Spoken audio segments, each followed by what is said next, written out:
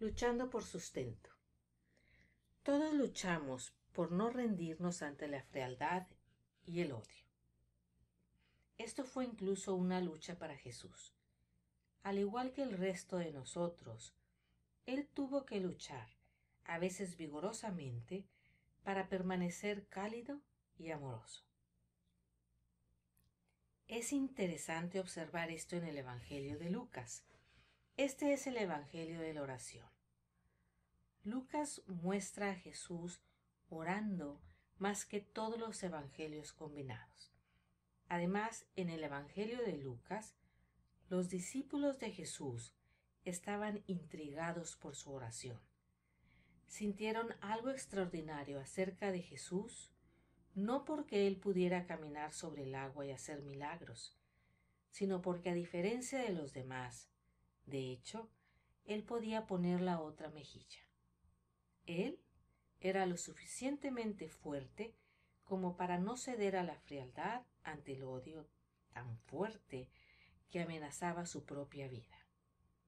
En cada situación, sin importar lo amarga que fuera, él podía ser comprensivo y perdonar y nunca dudar que el amor y la gracia son lo más real. Sus discípulos sintieron que él extraía esta fuerza de una fuente oculta, un pozo profundo de sustento que él llamaba su Padre y al que él accesaba a través de la oración. Por esta razón, en el Evangelio de Lucas, los discípulos le piden a Jesús que les enseñe a orar. Ellos también quieren obtener sustento de esa fuente. Sin embargo, también vemos en el Evangelio de Lucas que esto no siempre viene sin lucha. A veces las cosas parecen fáciles para Jesús. Él encuentra amor y comprensión y su ministerio es alegre y fácil. Pero cuando las cosas comienzan a colapsarse, cuando las fuerzas del odio comienzan a rodearlo, cuando la mayoría de sus seguidores lo abandonan y lo traicionan, y cuando su propia muerte se vuelve inminente, entonces, como el resto de nosotros, el miedo y la paranoia amenazan con abrumarlo. De hecho, esta es la esencia de su lucha en el jardín de Getsemaní, su llamada agonía. En pocas palabras, es bastante fácil ser comprensivo, amar y perdonar cuando estás bañado en estos. Otra cosa es cuando tu propia adhesión a estos te hace objetos de malentendidos, odio y asesinato. Y así en Getsemaní vemos a Jesús postrado, humanamente devastado, en el suelo, luchando poderosamente para aferrarse a un cordón de sustento que siempre lo había mantenido en confianza, amor y perdón. Y había mantenido a la raya la paranoia, el odio y la desesperación. La respuesta no es fácil para él.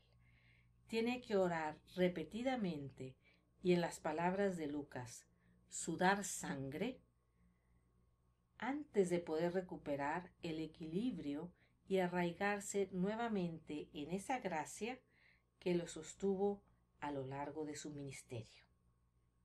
El amor y el perdón no son fáciles.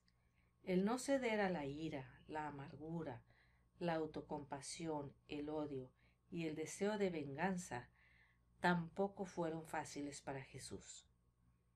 Y esa es nuestra principal lucha moral, el no rendirnos a nuestra reacción natural, cuando no somos respetados, cuando somos menospreciados, ignorados, malentendidos, odiados o víctimas de pequeñas o grandes circunstancias.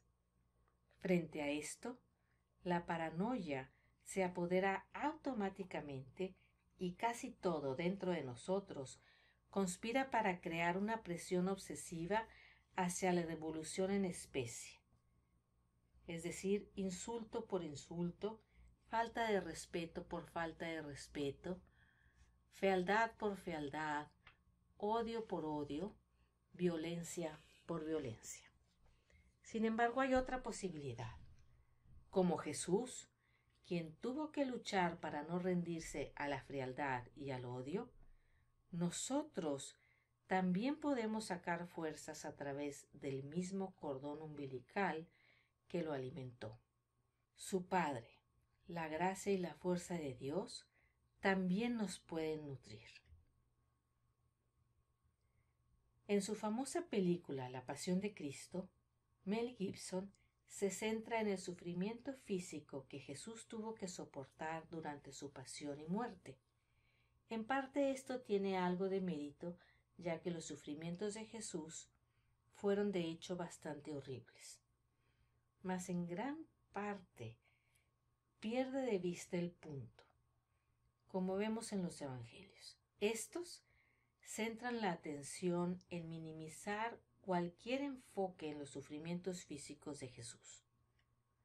En los evangelios, la pasión de Jesús no es un drama físico, sino moral. De hecho, es el máximo drama moral.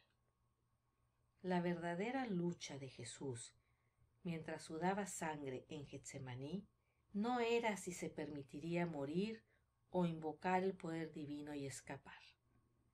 La pregunta era sólo sobre cómo iba a morir.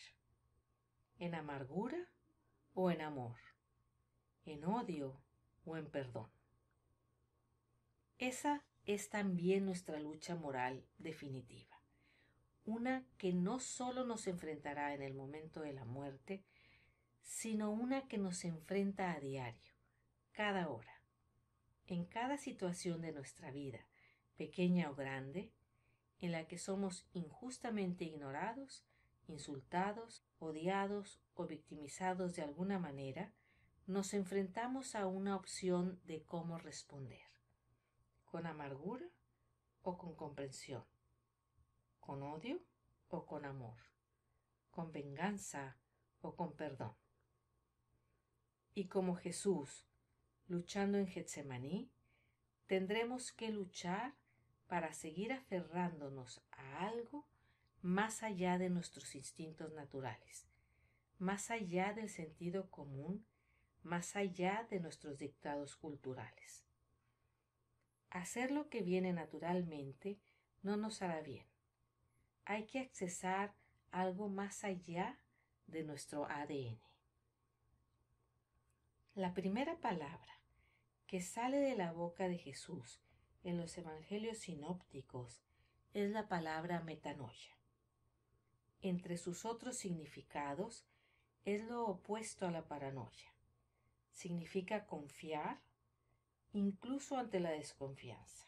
La paranoia es natural para nosotros. La metanoia no lo es. Se requiere luchar para obtener sustento de una fuente más profunda.